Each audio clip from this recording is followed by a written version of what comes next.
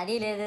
పైగా నా విగ్రహాన్ని కొనడానికి పెళ్లి సంబంధాల్లో పిల్లని చూడడానికి వెళ్ళినట్టు పొలోమను 10 మంది వెళ్తారు. అందులో ఒకడికి ఆ బొమ్మ నచ్చిందని, ఇంకోటికి ఈ బొమ్మ నచ్చిందని. నా కర్మ ఏంటంటే అక్కడ ఉన్నవన్నీ నా బొమ్మలే. మళ్ళీ తీరా 10 మందికి ఒక బొమ్మ నచ్చాక అమ్మేటోడు అలుసుగా తీసుకొని 10,000 15,000 అని బాంబు పేలుస్తాడు. ఎందుకురా బాబు ఇంత రేట్ అంటే కలకత్తా నుంచి తెప్పించాం అంటాడు. నాకు అర్థం కానిది ఏంటంటే ఎక్కడైతే నేను కలకత్తా నుంచి అయితే నాకన్నా మొనగాడు వస్తాడా, అక్కడ కూడా నేనే కదా.